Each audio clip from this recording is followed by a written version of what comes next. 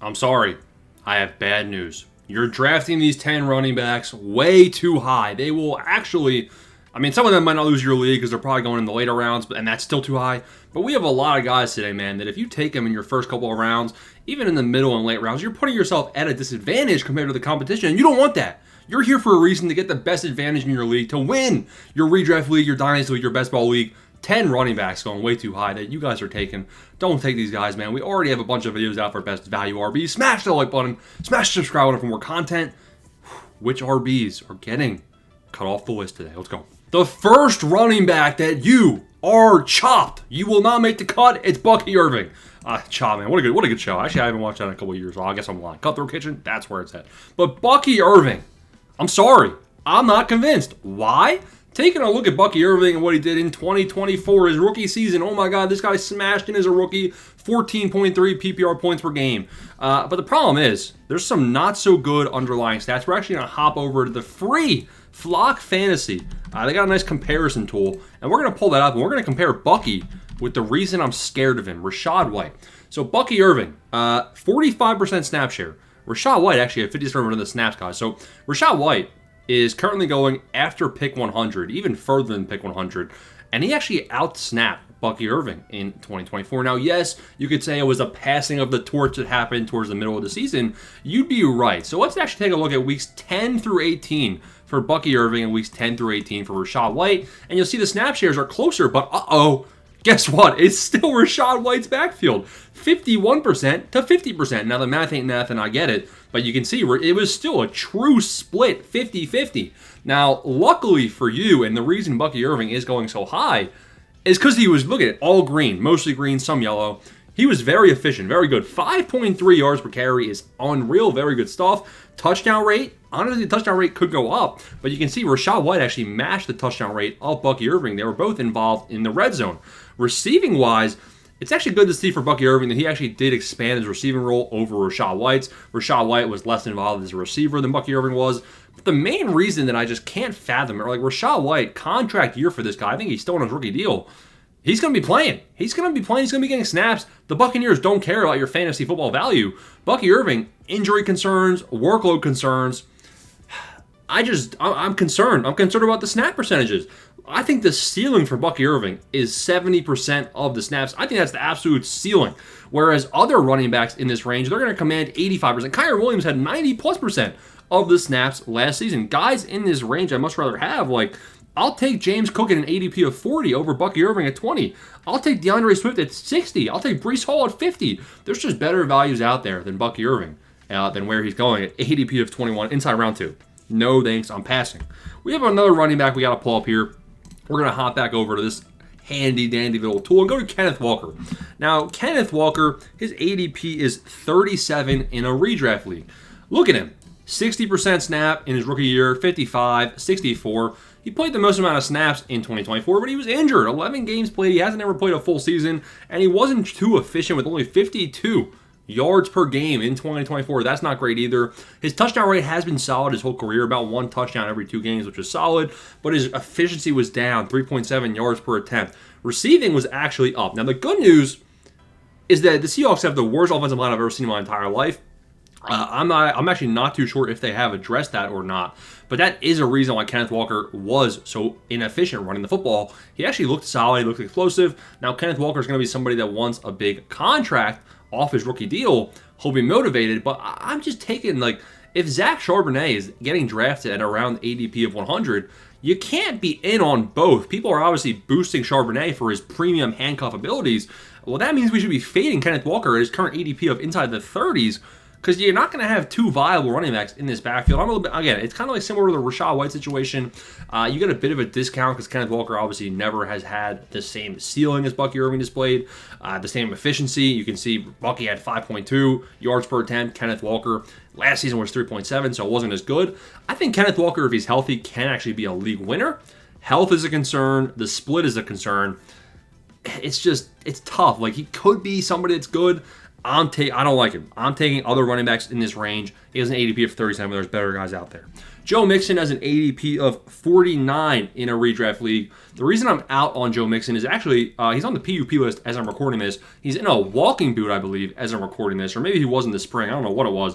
But in 2024, he actually was at 17 PPR points per game, 14 games played. He had the injuries. He got hip tackled. It was all that stuff. They bring in Nick Chubb. And that's a bit concerning considering the injury news about Joe Mixon.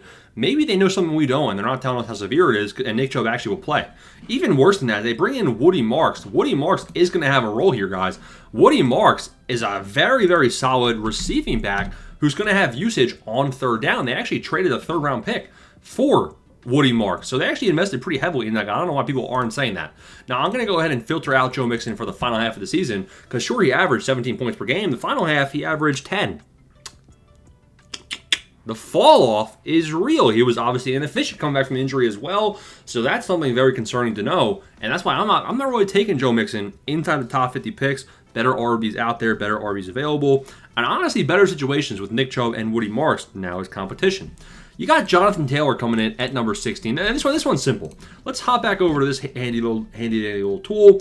You got JT coming in an ADP of 16 in a redraft league. The reason I don't like it, it's one simple thing. Sure, Jonathan Taylor in 2021, he was insane, 22 points per game, very, very solid. Now, obviously, the ceiling is nothing compared to McCaffrey. The ceiling is nothing compared to some of the receiving backs. I get it, and that's the main concern.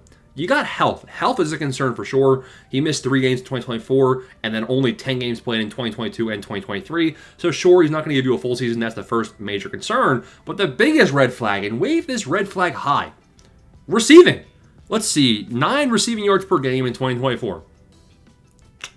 15 in 2023, 13 in 2022. The most he's ever averaged was in his best season. His second year, he averaged 21 receiving yards per game, which is good. But he's always been like around or below 3 targets per game. He was at 2 targets per game in 2024. They bring in DJ Giddens, who DJ Giddens has a pretty solid prospect profile.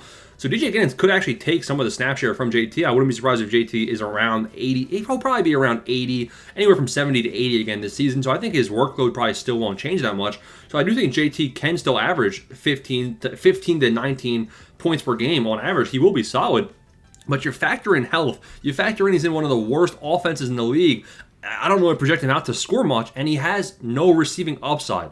So his floor is actually a little bit lower than these other guys, in my opinion, and his ceiling is obviously lower as well, because when you're getting 1 reception per game, that just isn't going to entice me when you have Devon Achane getting 6 receptions per game and still rushing the football. So that's why I think JT at an ADP of 16 is just too high. I'd rather take the receivers in that range. I'd rather take Ladd McConkey, to be honest. Aaron Jones is up next. Aaron Jones has an ADP of 68 in your redraft league. Now, Jones surprisingly had a solid 2024 season. Like, looking at his PPR, 14.2 points per game. And if we date back the last 4 years, I mean, looking at it, you can probably say he might be around 14 points per game again. But they bring in Jordan Mason. His snap percentage is down compared to some of the other guys. Like Aaron Jones, he had a 63% snap share. 2023, he had 50. 2022, he had 58. Obviously, it's the new look Minnesota Vikings. They have J.J. McCarthy. The offense should still be good, to be fair, in my eyes. He has a bit of a receiving role. Will the touchdown rate come down when you bring in Jordan Mason, who's going to be expected to have a solid, rushing presence for sure, as well as a goal line presence? Now, the reason I don't like Aaron Jones, his ADP is 68. There's other running backs in that realm that I like better because I think they'll have higher snap shares. Let's just say Aaron Jones has a 55% snap share, which I think could be a bit aggressive in projecting. You got Javonte Williams at 82, who I think could have higher than that. You got Pacheco at 81, who I think could have higher than that. You got Pollard at 80. You got RJ Harvey at 72. You got Travion Henderson, Caleb Johnson. All those guys are going after him, and I think they could have higher snap shares. You got Brian Robinson Jr. close to 100. So there's just better running back value than taking Aaron Jones where he's currently ranked. Jaylen Warren comes in with an ADP of 89. I don't think I drafted Jaylen Warren once this year. If I did draft Jaylen Warren, maybe I was pairing him up with Caleb Johnson. Looking at his seasons, like he's going into his 4th year. We've never really seen something crazy from him. Sure, he played 50% of the snaps the last 2 years. He's giving you about a 9-point average in the last 2 seasons. His underlying efficiency, he's averaged 4.3 yards per attempt, not bad. Receiving usage for sure. They invest heavily in Caleb Johnson. make no mistake, Caleb Johnson will be the rushing back. Now, Jaylen Warren will have the receiving upside. You could make a case. Aaron Rodgers, we all know how finicky he is. He likes the pass protecting back, which is going to be Jaylen Warren. Maybe he just refuses to let Caleb Johnson come on the field when he sees how good of a pass protector Jaylen Warren is. Sure, maybe that's the case. The Steelers' offense, it's going to be bad. It's going to be bad in my eyes, in my head. Not many scoring opportunities. You can see he had 1 touchdown every 10 games was his rate in 2024. So he's just not super exciting to me. I'd be surprised if his snap percentage went up from the past 2 seasons, much higher than it currently was at around 50%.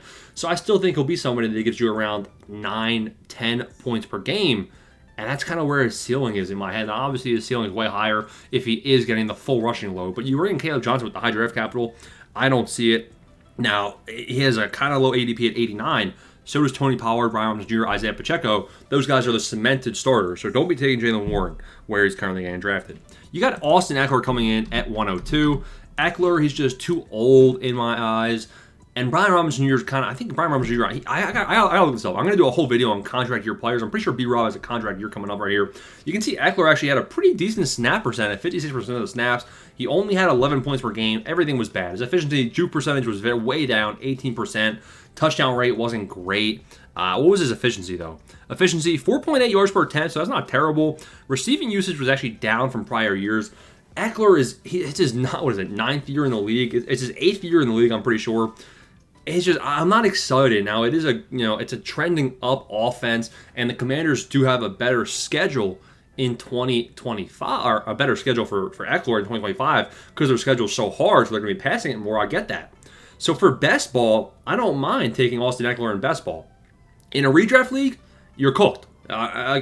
You're not going to be able to time when Austin Eckler is going to be used as a receiver. It's going to be so hard to time him and when he actually gets started in your starting lineup. And the ceiling's capped when you have B-Rob there. I don't like him at 102. You got Jordan Mason. Jordan Mason is an ADP around 90, honestly, so that's way too high in my eyes.